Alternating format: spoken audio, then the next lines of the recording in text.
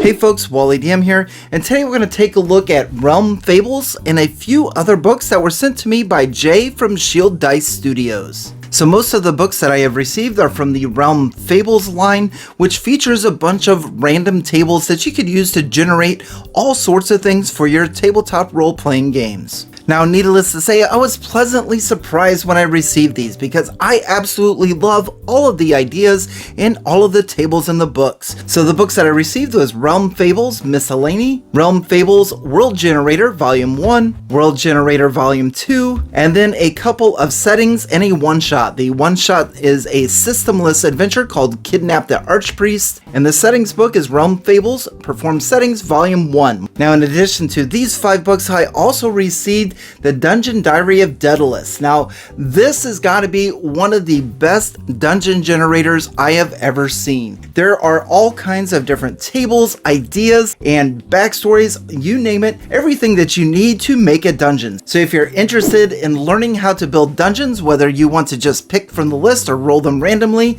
this book is going to give you all sorts of ideas, and I highly recommend it. This is absolutely amazing. So in today's video, I'm going to share with you some of my favorite tables from these books. And of course, if you'd like to pick up some of these for yourself, the link is going to be in the description below. And I will say beforehand that these are extremely affordable, whether you want the PDF or if you want to get one of the books for your shelves. These are definitely available at an amazing price. But now, before I do get into that little bit of a review, I do want to share with you the measurements on a few of these books. The Dungeon Diary of Daedalus measures about 6 inches across and about 8 1/4 inches long. Not too bad. It's a nice little pocket book to take with you on the go. Now, the rest of the book series is in an A4 size. So this is more of a European size. So they're going to be taller and a little bit skinnier. So as you can see here, we'll compare it to the Journal of Puzzle Encounters. And you can see that the Realm Fables is just a little bit taller and it's not as wide. But to be honest, I really like this size. I think it adds to the charm of the books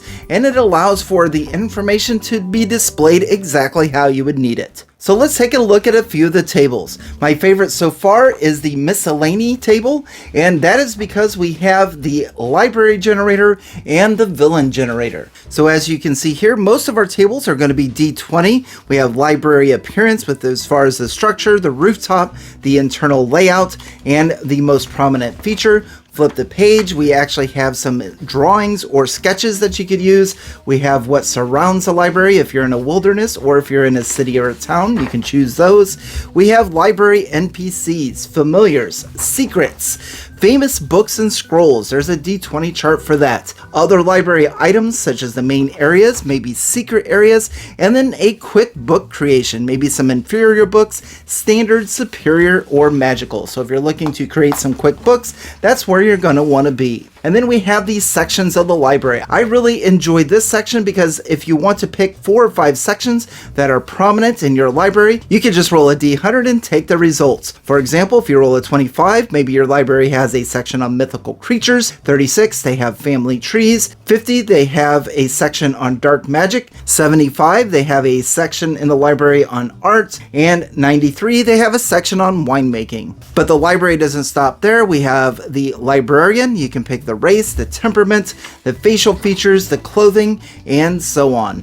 Now next, right after that, is my second favorite table, which is the villains. So right away, you have your villain species, their role or profession, their archetypes, their crests and symbols, the items or weapons they may have, their favorite weapons. So if we roll a 7, maybe all of their followers use a spear. We have the appearance and features of the villain, the thematic style, negative traits, positive traits, personal grudges, current missions, and then you can roll for the villain servants. And then we have villain backstories and hooks. So why is the villain the way they are? And then we have villain goals. Again, I really dig these D100 charts. They're my favorites in the books. So if we roll a percentile die on the villain's goals, maybe we roll a 1, and our villain wants to rule the world. I mean, what villain doesn't? Number 54, to control the flow of time. That's a fun one to build around. Maybe 97 is a forgotten hero or god, and now they become a villain because they were forgotten. Who are we talking about again? I don't know. Let's flip the page. We have some quick D6 tables that give age, strength, weakness, location, some of their hates, their loves, what they seek, their uses, their studies, and their visions. And if you want to print out an entire character sheet for your villain, we've got that as well. Okay, so I've absolutely gushed about Realm Fables Miscellany already, and that's just one of the books. Let's take a look at the World Generator Volume 1. Now this book is also equally as fun, and this has tables that feature locations, dungeons, items, and NPCs. And of course, one of my favorites in the books is going to be the taverns. So with a tavern, we have tavern names, regulars, the rumors, the appearance, exterior, interior. We have tavern produce, such as beverages and food, so you would probably roll a few times on that. We can have a blood wine, a dragon's malt, a hunter's mead, and then for food, a mutton leg, some rabbit stew, and wild boar hind. And finally, we end with the tavern layout with regards to rooms and secrets. One of the things that I did skip over is you can do an entire city with these tables. We've got city appearance, you've got markets and shipping districts, and this is another one of my favorite tables as well. We have holy sites, unholy sites, and church names. So if the characters are looking for some type of an altar or a pillar or something along those lines, you can just come over here, roll your d20 twice, and perhaps we get the Abbey of Silver Clouds as a holy site. Or as an unholy site, we could have the Dark Meadow of Crying Eyes. Those names already give me a lot of ideas that we could run games off of. And of course, I'm immediately drawn to NPCs as well. We have NPC archetypes, we have a relationship chart for NPCs, and then we have a list of 500 NPC names. And this is extremely valuable. This I'm going to print out for myself. There's a lot of NPC name tables where some of the names are kind of iffy for me, but the names in this book, I don't think I need to roll more than once. I think all of the names are perfectly serviceable for any race, character, good, evil, whatever you want. Of course, we have some NPC factions, NPC behaviors, unique NPCs, and so on. So a great book here as well, the World Generator Volume 1. Now moving on to Realm Fables World Generator Volume 2. This book deals a lot more with dice tools and playing card tools. So if you wanted to use playing cards to build your world, there's an entire section on that. You use a deck of cards to build your world. How cool is that? And one of my favorites in this one is on page 25, which is the constellations. We can roll 2d20, so we get the Dying Queen, and then it can be seen on spring nights. So if you need to generate constellations on the fly, or maybe as you're world building, you've got an entire chart to do so. I also like these tables on towers and statues. So over on the statue side, perhaps we have the Traveler's Obelisk, or on this side over here, we have the Golden Tombstone. Now, I'd like to keep going on these books, but I am running out of time.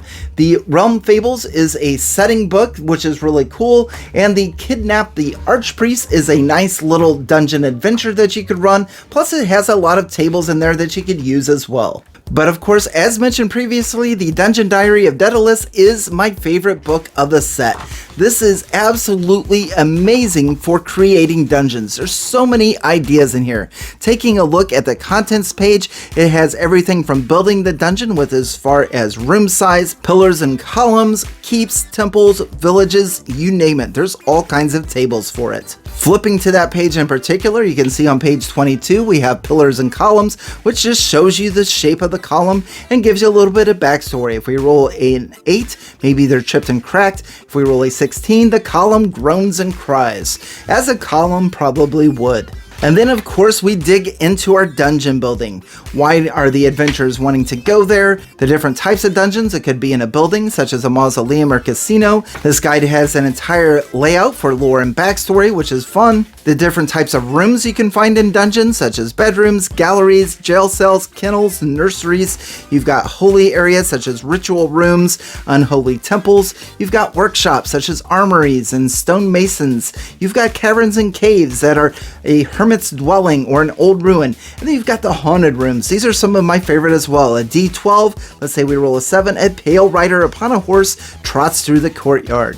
The doors are another one of my favorites, especially when we come over and take a look at the door properties. We could roll a 12 and entering the door triggers a trap. That's of course going to be one of my favorites. Or blindness occurs as you pass through. Now that's a weird door as well. the altars and shrines area that adds a lot of flavor for deities, an entire section of levers and switches because we're going to pull the lever. It's just gonna happen. And of course, you know I love this page, an entire layout for traps. We could roll a basic trap such as an acidic substance spewed from pipes, a magical trap such as a magical vapor causes terror, or maybe a trigger for a trap, make a loud noise nearby, and that's going to trigger the trap. And again, I'm gushing, but there's so much good stuff in here. There's even an entire layout for keys. We could have an ice key that is a rectangular shape, it's broken, and the effects when it's used, maybe it has an alertness effect, maybe it clicks very loudly when you use it, maybe it warps time, who knows. So I am going to stop there with the Dungeon Diary of Daedalus. If I haven't sold you on this book in particular already, I don't think I'm going to be able to do so. Again, this is just the right size to take with you on the go. You can easily put it in your pack, and if you have a little bit of free time, pull this thing out, take a look at the ideas in there, and build encounters, rooms, dungeons, and areas for your next adventure. So I'm going to end the video there and let you explore from here on out. Again, this is Shieldice Studios. You can find them on DriveThruRPG, and this is just a sampling of the materials they have that you could use to world build, to build your towns, your cities, or your dungeons. So many great things. And once again, I want to thank Jay from Shieldice Studio for sending these over for my review. I didn't even know these books existed, and now I'm absolutely stoked to have these in my collection. Thank you very much for watching, and on to the next.